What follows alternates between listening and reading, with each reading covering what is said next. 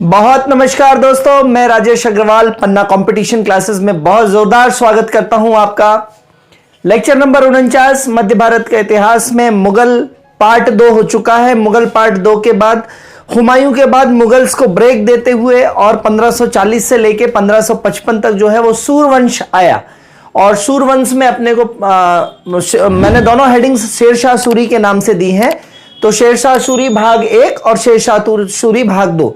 शेरशाह सूरी भाग 1 में शेरशाह और उसके उत्तराधिकारी अर्थात राजनीतिक पार्ट कवर करेंगे, और शेरशाह सूरी पार्ट 2 में शेरशाह और उसकी न्याय व्यवस्था, सैन्य व्यवस्था, मूल्य व्यवस्था, आर्थिक व्यवस्था, ये सारी चीजों की बात करेंगे। ठीक है, तो लगभग 30 मिनट के आसपास के 2 भाग रहेंगे, सो ध्यान देंगे। शेरशाह सूरी का कार्यकाल जो है, इसका जो है वो 1540 से लेके जब इसने ये बिलग्राम का युद्ध जीता था तो 1545 तक कालिंजर के किले में उक्का चलाते समय मृत्यु तक है। सूरवंश वैसे कब से कब तक है, तो 1540 से लेके 1555 तक ओवरऑल है। तो इसकी अपन चर्चा करेंगे शेरशाह सूरी के उत्तराधिकारी के रूप में। 1540 से 1555 है, जिसमें से पहला पार्ट 1540 से 1545 का शेरशाह सूरी से अपन स्टार्ट करेंगे। ठीक है, तो शेरशाह का काल कितना है, 1540 से 1545 को उसकी मृत्यु। ठीक है, शेरशाह सूरी सूरवंश का संस्थापक, सूर या सूरी वंश का संस्थापक जो भी है, संस्थापक। ठीक है, फिर बचपन का नाम था फरीद खां। बचपन का नाम क्या है दोस्तों, फरीद खां। ठीक है, और पिता थे इनके हसन खां। पिता का नाम हसन खां था।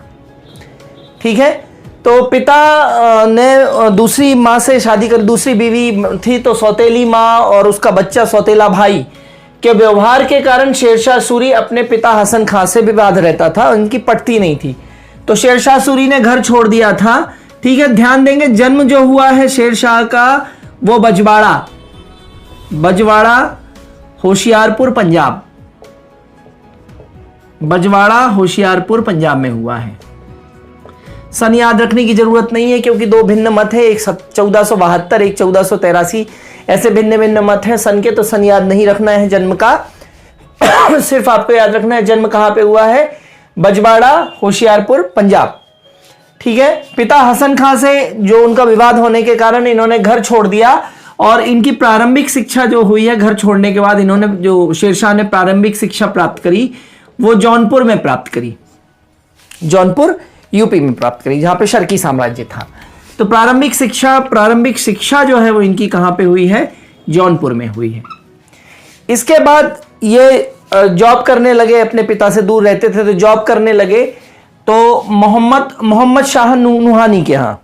ठीक है, मोहम्मद शाह नुहानी, जिसका नाम बहर खां भी था, ये जॉब करने लगे बहर खां, या इसी को बोलते हैं मोहम्मद शाह लोहानी या नुहानी।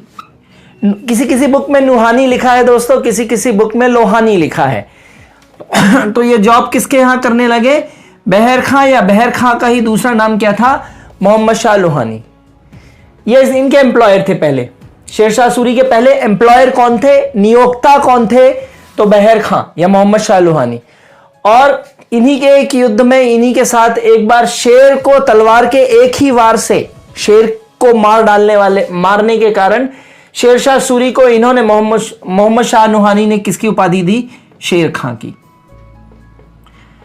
तो 3 नाम हो गए दोस्तों।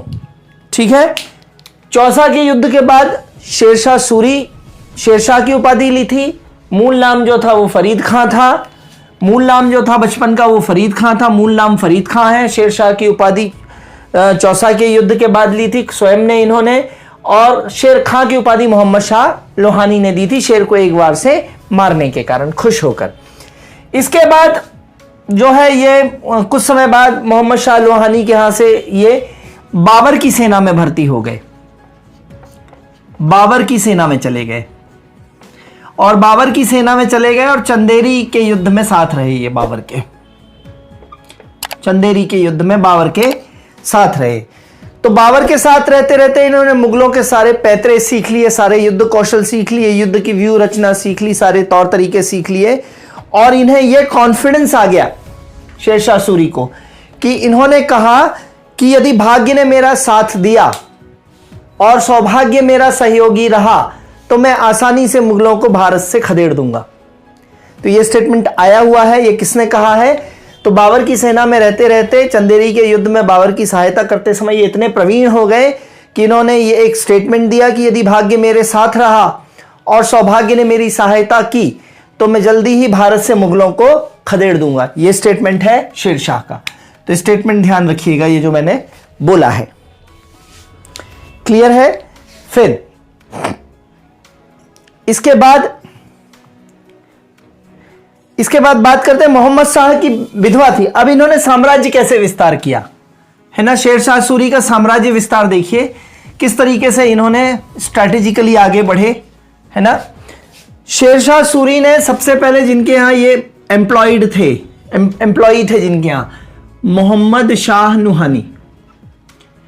मोहम्मद शाह नुहानी जो थे ये दक्षिण बिहार के सूबेदार थे। दक्षिण बिहार के सूबेदार थे जिनके यहां ये काम करते थे। दक्षिण बिहार के सूबेदार थे ये। मोहम्मद शाह नुहानी की मृत्यु हो गई तो इनकी विधवा थी दुदू बेगम। तो मोहम्मद शाह नुहानी की मृत्यु हो जाने के बाद इनकी जो विधवा थी दुदू बेगम से इन्होंने विवाह कर लिया। शेरशाह सूरी ने विवाह कर लिया। विवाह किससे कर लिया? दुदू बेगम से। और चूंकि दुदू बेगम से विवाह कर लिया तो दक्षिण बिहार की पूरी कमान किसके हाथ में आ गई? शेरशाह सूरी। तो साम्राज्य विस्तार का पहला पॉइंट, साम्राज्य विस्तार का पहला पॉइंट है ना, हेडिंग क्या हो जाएगी दोस्तों? शेरशाह सूरी का साम्राज्य विस्तार। तो सबसे पहला साम्राज्य विस्तार यहीं से हो जाता है कि साहब इन्होंने मोहम्मद शाह नुहानी की विधवा दुदू बेगम से विवाह कर लिया और दक्षिण बिहार की पूरी जो जागीरदारी है वो किसके हाथ में आ गई? शेरशाह सूरी। पहला पॉइंट। दूसरा पॉइंट है 1530 में चुनार के किलेदार जो थे, चुनार के किले के किलेदार, चुनार के 1530 में चुनार के किले के किलेदार ताज खां,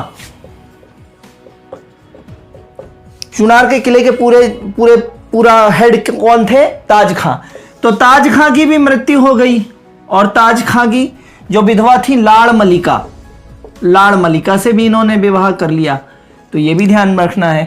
तो लाड़ मलिका से भी विवाह किया साहब, इन्होंने विवाह किया। तो इनके पास अब क्या आ गया दोस्तों? चुनार आ गया। पहले दक्षिणी बिहार आ गया शेरशाह के पास, अब चुनार आ गया। सो ध्यान देंगे 1530 में चुनार के किले के जो किलेदार हैं, सर्वे सर्वा हैं ताज खां, उनकी मृत्यु होने के बाद उनकी विधवा लाड़ मलिका से विवाह कर लिया कि इन्होंने शेरशाह ने, और पूरी तरीके से चुनार भी किसके हाथ में आ गया? चुनार अवध के क्षेत्र में था, अवध के क्षेत्र में। तो चुनार वाला इलाका और दक्षिण बिहार अब दोनों किसके कब्जे में आ गए हैं? शेरशाह सूरी। ठीक है, कहानी और आगे बढ़ती है, अभियान और आगे बढ़ता है। आपको मैं पढ़ा चुका हूं। अभियान नंबर 3 है, सबसे ज्यादा इंपॉर्टेंट बता रहा हूं। 1539 में चौसा का युद्ध। इस युद्ध के बाद इन्होंने क्या उपाधि ली है? शेरशाह की उपाधि ली है। हुमायूं वाला पढ़ लीजिए नहीं मालूम हो तो। 1540 में बिलग्राम या कन्नौज की लड़ाई, 1540 में बिलग्राम या कन्नौज की लड़ाई करी और सूरवंश की स्थापना की। यहां पे हुमायूं को पूरी तरीके से हरा दिया इन्होंने, और हुमायूं जो है भाग के 15 वर्षों का निर्वासन जिया उसने, ये सब बता चुका हूं, और सूरवंश की स्थापना की। तो सूरवंश की संस्थापना कब हुई है? 1540 में। किसने की है? शेरशाह सूरी ने की है। तो इस तरीके से सूरवंश की स्थापना की, दिल्ली की गद्दी पे बिलग्राम का युद्ध जीतने के बाद बैठ गया। ठीक है, और आगे बढ़ाते हैं साम्राज्य विस्तार को दोस्तों। साम्राज्य विस्तार में अगला पॉइंट दोस्तों ये हो जाएगा कि इन्होंने खोखरों को समाप्त करने के लिए अभियान शुरू किया। 1541 में खोखर जनजाति, खोखर जो मुगलों की मदद करते थे, खोखर जो मुगलों की मदद करते थे, उनके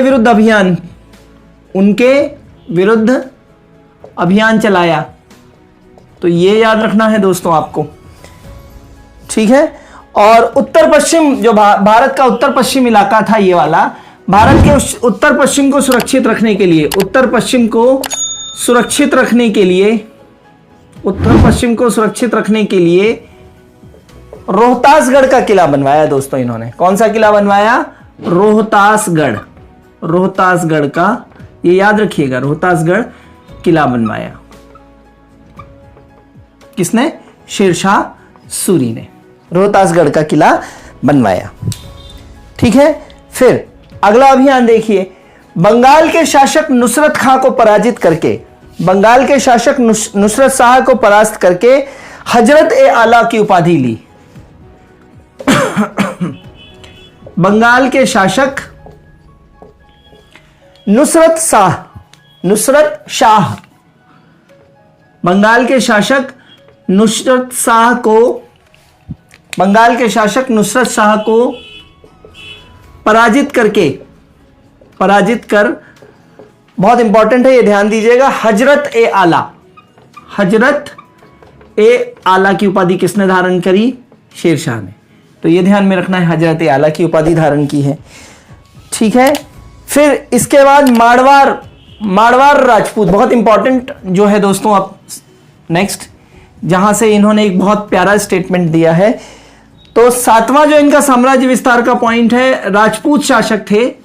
पूरे भारत में इन्होंने लगभग अच्छा अपना फैलारा कर लिया शेरशाह जी ने, लेकिन राजपूतों से हमेशा सबको डर लगता था। राजपूत बहुत वीर माने जाते थे, तो राजपूतों से सभी लोग डरते थे। राजपूतों पे विजय पाना बड़े सौभाग्य और गर्व की बात होती थी। तो राजपूतों में जो मारवाड़ क्षेत्र है, मारवाड़ में बेसिकली जोधपुर के राजा थे राजा मालदेव, राजा मालदेव। खूब छकाया दोस्तों इन्होंने राजा मालदेव ने, है ना। राजा मालदेव के दो व्यक्ति थे, दो सैनिक थे, जयंता और कंपा, जयंता प्लस कंपा। ये बहुत बहादुरी से लड़े और लगभग शेरशाह सूरी जो है, ये शेरशाह सूरी लगभग हार की कगार पे था। भगवान जाने कैसे जीत गया।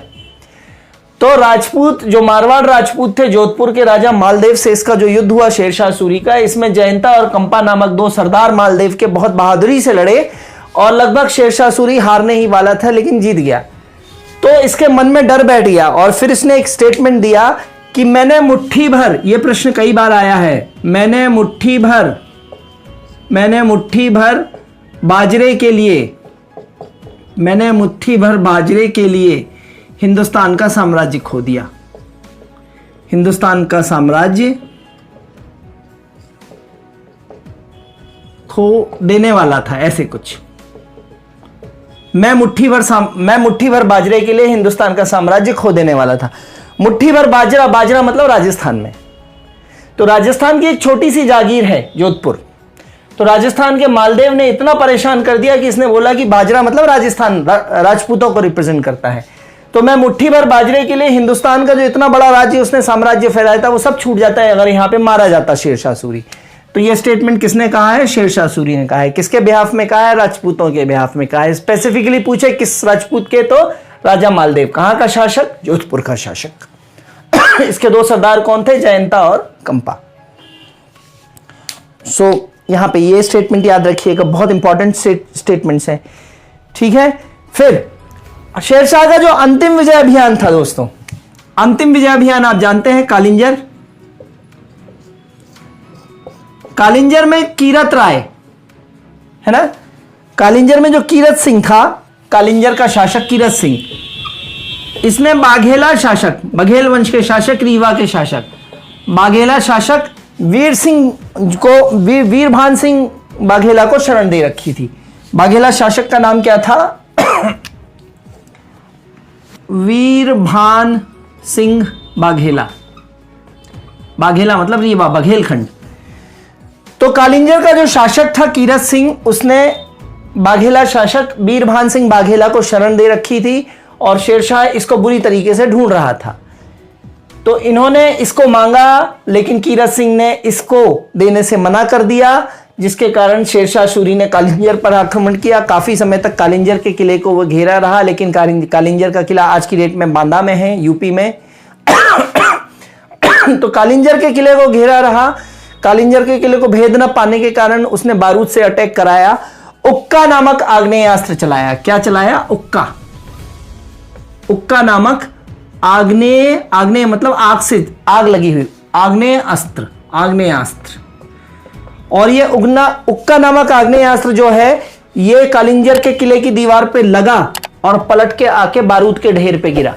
और बारूद के ढेर के पास खड़ा था कौन? शेरशाह सूरी, जहां पे इसकी मृत्यु हो गई। Getting my point? तो ये 1545 का कालिंजर का आक्रमण कब है? 1545 का। और 1545 में ही शेरशाह का काम तमाम हो गया, उक्का नामक आग्नेयास्त्र चलाते समय। ठीक है, सो ये बात ध्यान रखिएगा। ठीक है, फिर ये शेरशाह के बारे में लगभग मैंने आपको सब बता दिया है। अब शेरशाह के उत्तराधिकारी की बात करते हैं। आज पूरा राजनीतिक पार्ट देखेंगे, न्याय, प्रशासन, अर्थव्यवस्था, सिक्के, मुद्रा, सैनिक, ये सब कल वाले लेक्चर में देखेंगे, नेक्स्ट लेक्चर में। तो अब बात करते हैं, है ना, सिफास। ये कोड याद रखिएगा, सिफास, है ना, सूरवंश के शासकों का क्रम, सूरवंश के शासकों का क्रम। टोटल सिफास कब से कब तक है? 1540 से लेके 1555, सरहिंद के युद्ध तक। टोटल 15 साल का काल है सूरवंश का। सो जिसमें से अपन एस पढ़ चुके हैं, S stands for Shershah Suri. अब बात करना है दूसरे नंबर के शासक इस्लाम शाह। आई से मतलब क्या है? आई से मतलब क्या है दोस्तों? इस्लाम शाह, इस्लाम शाह। ठीक है, तो ध्यान देंगे, एक्चुअली शेरशाह के दो पुत्र थे। शेरशाह के दो पुत्र थे, एक था आदिल खां और एक था जलाल खां। तो जलाल खां का ही नाम था इस्लाम शाह।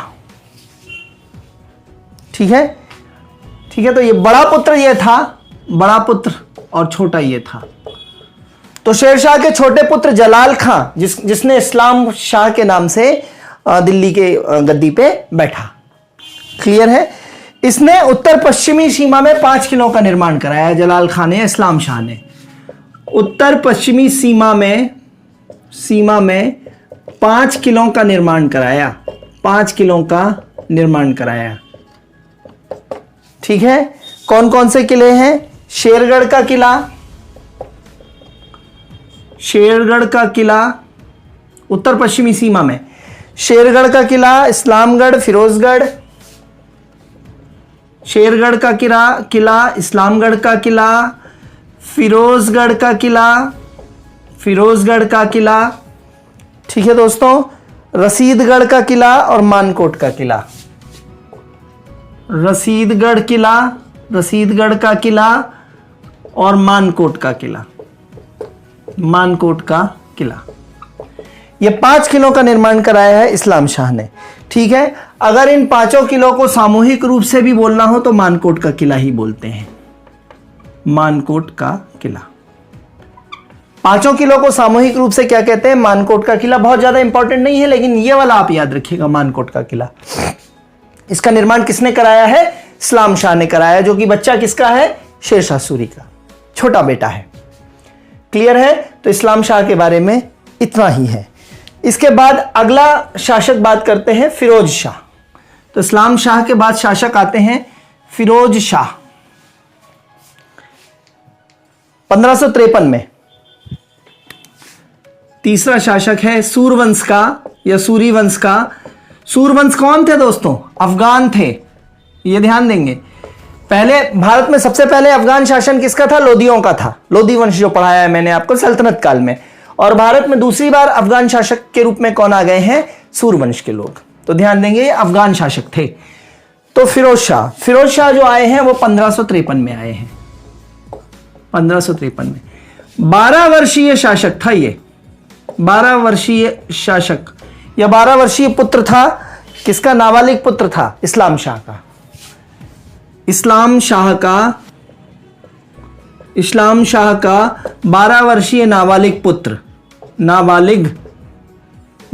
पुत्र था ये, जो 3 दिन का शासक बना। 3 दिन का तो बनेगा ही यार। ये फिरोज शाह जो है वो 53 तक तो यही रह गए हैं इस्लाम शाह, तो 3 दिन का शासक बना। तो ये आप याद रख सकते हैं, आ सकता है 3 दिन का शासक कौन बना है? फिरोज शाह। फिरोज शाह कौन है? इस्लाम शाह का पुत्र है। कितने वर्ष का पुत्र था वो उस समय जब शासक राजा बना था? 12 वर्ष का पुत्र था। ठीक है। मुबारिज खां नामक व्यक्ति इसकी हत्या करता है, इसकी हत्या कर देता है। कौन? मुबारिज शाह, मुबारिज खां। मुबारिज खां नामक व्यक्ति इसकी हत्या करता है ना। और दिल्ली की गद्दी पे बैठ जाता है वो मोहम्मद शाह आदिल के नाम से। ये मुबारिज शाह किसके नाम से? मोहम्मद शाह आदिल के नाम से दिल्ली की गद्दी पे बैठ जाता है। तो अगला शासक कौन है? फिरोज शाह के बाद अगला शासक है आदिल शाह। तो ये मोहम्मद शाह आदिल। मोहम्मद शाह आदिल के लिए मैंने ए लिखा है, आदिल। ठीक है। क्या समझ में आया आपको? फिरोज शाह इस्लाम शाह का 12 वर्ष का बच्चा था जो सिर्फ 3 दिन का शासक बनता है, दिल्ली पे बैठता है और इसकी हत्या कर देता है मुबारिज खां नामक व्यक्ति जो दिल्ली की गद्दी पे किस नाम से बैठता है? मोहम्मद शाह आदिल। तो अगला शासक कौन है? मोहम्मद शाह आदिल। मोहम्मद शाह आदिल कुछ मामलों में इंपॉर्टेंट है, स्वयं इंपॉर्टेंट नहीं है, लेकिन उसके साथ वाला व्यक्ति इंपॉर्टेंट है जिसको हेमू बोलते हैं। आप देखते हैं, चौथे नंबर का शासक है मोहम्मद शाह आदिल। इसका ओरिजिनल नाम क्या है? मुबारिज खां। स्ट्रक्चर याद रखिए दोस्तों, चीजें अपने याद होंगी। सिलेबस याद होगा पूरा तो आंसर्स अपने आप याद होंगे। ठीक है। पूरा सिलेबस की एक एक लाइन, एक एक शब्द आप याद रखिए। आईएएस, यूपी, पीसीएस सब निकलेंगे दोस्तों। ठीक है। तो मोहम्मद शाह आदिल टेबल पे रखिए सामने सिलेबस, दिन में 5 बार सिलेबस देखिए। मुबारक है ना। तो मोहम्मद शाह आदिल, ओरिजिनल नाम इसका क्या था? मुबारिज खां। किसकी हत्या करी थी? फिरोज शाह की। तो यह बड़ा मूर्ख टाइप का था, दुराचारी था, अयोग्य था। यह दुराचारी था, अयोग्य था, मूर्ख था और मूर्ख होने के समय के कारण इसके समय विद्रोह हुए। इसके समय काफी विद्रोह हुए, है ना। जो बिल्कुल रिलक्टेंट शासक है, एकदम आलसी टाइप का पड़ा हुआ है, एकदम खा रहा है, पी रहा है, ऐश परस्ती कर रहा है, तो इसके समय काफी विद्रोह हुए। तो इसने ना अपना पूरा का पूरा शासन जो है ना अपना सेनापति बना रखा था हेमू नामक। इसने अपने सेनापति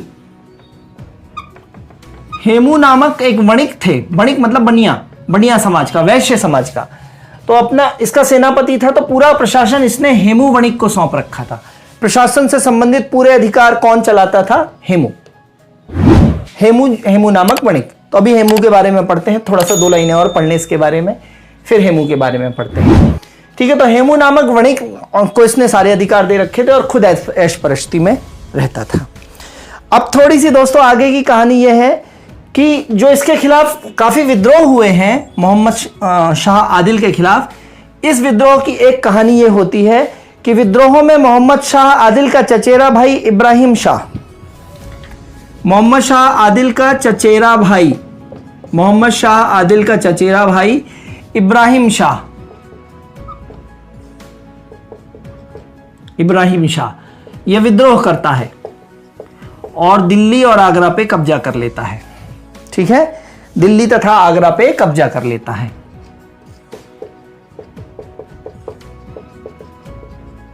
यह तो बिल्कुल ऐश परस्त है। तो इसका चचेरा भाई इब्राहिम शाह जो है विद्रोह करता है और विद्रोह करने के बाद दिल्ली और आगरा पर कब्जा करता है। पहला विद्रोह। दूसरा विद्रोह पंजाब में होता है। शेर शाह का जो भतीजा होता है शहजादा अहमद खां। ठीक है। शेर शाह का भतीजा, शेर शाह का भतीजा होता है एक, नाम है शहजादा अहमद खां। शहजादा अहमद खां, जिसको आप कॉमनली बोलते हैं सिकंदर सूर। सिकंदर सूर, ये वाला सिकंदर सूर, ये सिकंदर सूर जो लास्ट में एस लिखा है मैंने, ये वाला सिकंदर सूर है दोस्तों। सिकंदर सूर का मूल नाम क्या है? शहजादा अहमद खां। इतना नहीं याद हो पाएगा आपको तो सिकंदर सूर ही याद रखिए। सिकंदर सूर कौन है? शेरशाह का भतीजा। तो सिकंदर सूर जो है ना पंजाब में विद्रोह करता है, पंजाब में विद्रोह और कब्जा कर लेता है, और कब्जा कर लेता है। अब सिकंदर सूर ने दोस्तों पंजाब पे कब्जा कर लिया है, इब्राहिम शाह ने दिल्ली और आगरा पर कब्जा कर लिया है। ये निठल्ला बैठा ही हुआ है, नालायक बैठा ही हुआ है। तो अब ये सिकंदर सूर थोड़ा ज्यादा एस्पिरेशन वाला होता है, ज्यादा महत्वाकांक्षी होता है। तो सिकंदर सूर दिल्ली और आगरा पर कब्जा करने के लिए जैसे ही आगे बढ़ता है, तो दिल्ली और आगरा पर कब्जा करके पहले से कौन बैठा है दोस्तों? इब्राहिम शाह बैठा है। दोनों के बीच लड़ाई होती है और सिकंदर सूर जीत जाता है। इन दोनों के बीच लड़ाई होती है, किसके किसके? इब्राहिम शाह और सिकंदर सूर के बीच लड़ाई होती है, और जीतता कौन है? सिकंदर सूर। सिकंदर सूर जीत जाता है और ये दिल्ली पे काबिज हो जाता है। इसी सिकंदर सूर से 1555 में किसकी लड़ाई हो जाती है? सरहिंद का युद्ध होता है हुमायूं के साथ, और हुमायूं की तरफ से बेसिकली कौन होते हैं? बैरम खान साहब और अकबर। बेटा अकबर और बैरम खान साहब इस युद्ध का नेतृत्व कर रहे होते हैं, सरहिंद का युद्ध हुमायूं की तरफ से। ठीक है, तो इसी सिकंदर सूर के साथ किसका युद्ध होता है? बैरम खान का, सरहिंद का युद्ध। तो एस फॉर सिकंदर सूर कहां से आई है?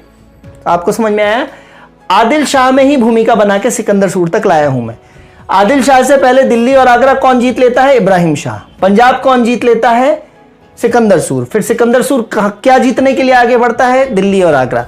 लेकिन दिल्ली और आगरा पे कौन बैठा है पहले से? इब्राहिम शाह। तो इन दोनों की लड़ाई होगी और फाइनली सिकंदर सूर दिल्ली पे बैठ लेगा, और कुछ समय बाद दिल्ली सिकंदर सूर पे आक्रमण हो जाएगा हुमायूं की सेना का। क्लियर है? और सरहिंद का युद्ध हो जाएगा 1555 में, और हुमायूं वापस दिल्ली की गद्दी पे बैठ जाएगा। कहानी पूरी होती है यहां पे। ठीक है, सिफास। अब थोड़ी सी बात करनी है आदिल शाह, मोहम्मद शाह आदिल। मोहम्मद शाह आदिल का जो सेनापति था हेमू, तो यहां पे इसमें हेमू है, आदिल शाह है ना, मोहम्मद शाह आदिल, और इसका सेनापति कौन है? हेमू। तो हेमू के बारे में बात करनी है थोड़ा सा। तो हेमू के बारे में हर एक परीक्षा में आता है। हेमू को दिल्ली का अंतिम हिंदू सम्राट माना जाता है, अंतिम हिंदू सम्राट मध्यकाल में, अंतिम हिंदू सम्राट मध्यकाल में दिल्ली का अंतिम हिंदू सम्राट माना जाता है। दिल्ली का अंतिम हिंदू सम्राट माना जाता है हेमू को। ठीक है, मोहम्मद शाह आदिल ने, ठीक है, मोहम्मद शाह आदिल का क्या था? ये सेनापति था। मूल नाम इसका था हेमचंद्र। मूल नाम क्या था? हेमचंद। मोहम्मद शाह आदिल का सेनापति था और मूल नाम हेमचंद था। ये रेवाड़ी का रहने वाला था, राजस्थान में रेवाड़ी नामक एक जगह है, तो रेवाड़ी का निवासी था। ठीक है, ध्यान देंगे हेमू ने विक्रमादित्य की उपाधि धारण की थी। विक्रमादित्य उपाधि है दोस्तों, नाम नहीं है।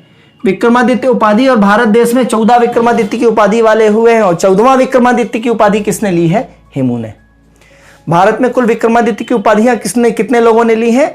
14 लोगों ने ली हैं, 14 लोगों ने ली हैं, और 14वां उपाधि लेने वाला व्यक्ति कौन है? 14वां विक्रमादित्य की उपाधि लेने वाला व्यक्ति हेमू है। ठीक है, सो ये ध्यान देंगे। फिर विक्रमजीत की उपाधि भी ली है इसने, विक्रमजीत की भी उपाधि ली है। क्लियर है? अब थोड़ा सा अब हेमू का पार्ट देखिए कहां पे आता है। हेमू जो है जी, जैसे ही हेमू या मोहम्मद शाह आदिल को समाचार लगता है कि हुमायूं की मृत्यु हो गई है, हुमायूं की मृत्यु कब हो जाती है दोस्तों? जनवरी 1556 में। तो जैसे ही इसको समाचार लगता है हेमू को कि हुमायूं की मृत्यु हो गई है, तो यह दिल्ली फतह करने के लिए, दिल्ली जीतने के लिए कूच करता है, दिल्ली जीतने के लिए आगे बढ़ता है। क्लियर है? दिल्ली जीतने के लिए आगे बढ़ता है और ग्वालियर तथा आगरा को कब्जे में भी ले लेता है। ग्वालियर आगरा जीत लेता है। ठीक है, दिल्ली की रखवाली जो कर रहा होता है वो तरदी बेग कर रहा होता है। दिल्ली की रखवाली जो है हुमायूं के बाद मुगलों की तरफ से, दिल्ली की रखवाली कौन कर रहा होता है, यह प्रश्न आ सकता है। तरदी बेग खां। दिल्ली की रखवाली किसकी तरफ से दोस्तों? मुगलों की तरफ से, मुगलों की तरफ से। ऑब्वियसली हुमायूं के मरने के बाद दिल्ली की रखवाली कौन कर रहा है? तरदी बेग खां। ठीक है, तो ये तरदी बेग खां दौड़ते दौड़ते जाता है बैरम खां साहब के पास। अकबर तो नाबालिग होते हैं, बहुत छोटे होते हैं, है ना, 14 साल के होते हैं। 1556 में अकबर कितने साल के हैं? 14 साल के हैं। तो अकबर के संरक्षक कौन है? बैरम खां बेसिकली। तो बैरम खां ही शासन चला रहे हैं। तो दौड़ते दौड़ते ये तरदी बेग जो है ये जाते हैं बैरम खां के पास और बैरम खां से बोलते हैं, काका काका ये हेमू ने आक्रमण कर दिया है, आप इसको संभालो। तो हेमू वर्सेस बैरम खां प्लस साथ में 14 साल के अकबर, इनके बीच लड़ाई होती है पानीपत सेकेंड। पानीपत फर्स्ट 1526 बाबर एवं इब्राहिम लोदी। पानीपत सेकेंड जो है वो 1556 में हो रहा है और 5 नवंबर को डेट है इसकी, सो याद रखेंगे। 5 नवंबर 1556 में एक तरफ अकबर, बैरम खां दिल्ली के मुगल शासक हुमायूं के बिहाफ में, है ना, हुमायूं के मरने के बाद इनफैक्ट, और हेमू जो है वो शेरशाह सूरवंश के उसमें ये खड़े होते हैं। और हेमू यहाँ पे इतना ज्यादा शक्तिशाली, दिमागदार, साहसी व्यक्ति है हेमू। है बढ़िया, लेकिन साहस बहुत है, दिमाग बहुत है। ठीक है, तो हेमू जो है वो जीतने की कगार पे होता है। पानीपत सेकेंड 1556 5 नवंबर को जो हो रहा है, हरियाणा में पानीपत का मैदान है, तो वहां पे हेमू जो है वो जीतने की कगार पे होता है। लेकिन अचानक अकबर के खेमे से एक तीर आके उसकी आंख में लगता है, हेमू की आंख में, अचानक से कहीं से। ये इसका दुर्भाग्य है, ये इसका सौभाग्य है। अचानक से कहीं लड़ रहे हैं हजारों लोग, कहीं से तीर आके इसकी आंख में लगता है, तड़प उठता है तीर को निकालने के क्रम में, और फिर इसकी मृत्यु हो जाती है। इसकी सेना में भगदड़ मच जाती है, आंख में तीर लग जाने के कारण बेहोश हो जाता है, और अकबर जो है वो हेमू को मार देता है। दिखेगा ही नहीं ना, आंख में तीर लग गया तो दिख ही नहीं रहा है, तो अकबर मार देता है। अकबर मार देता है किसको? हेमू को अकबर मार देता है। ठीक है, अब एक इतिहासकार हैं दोस्तों आरपी त्रिपाठी साहब, ये स्टेटमेंट जरूर याद रखिएगा। आरपी त्रिपाठी लिखते हैं कि पानीपत द्वितीय के युद्ध में अकबर की विजय मात्र एक दैवीय संयोग थी और हेमू की पराजय मात्र एक दुर्भाग्य था। ठीक है, तो हेमू की इतिहासकार आरपी त्रिपाठी क्या लिखते हैं कि पानीपत के द्वितीय युद्ध में हेमू की पराजय मात्र एक दुर्घटना थी और अकबर की विजय एक दैवीय संयोग थी। ये लाइन लिख लीजिएगा आप नोट्स में।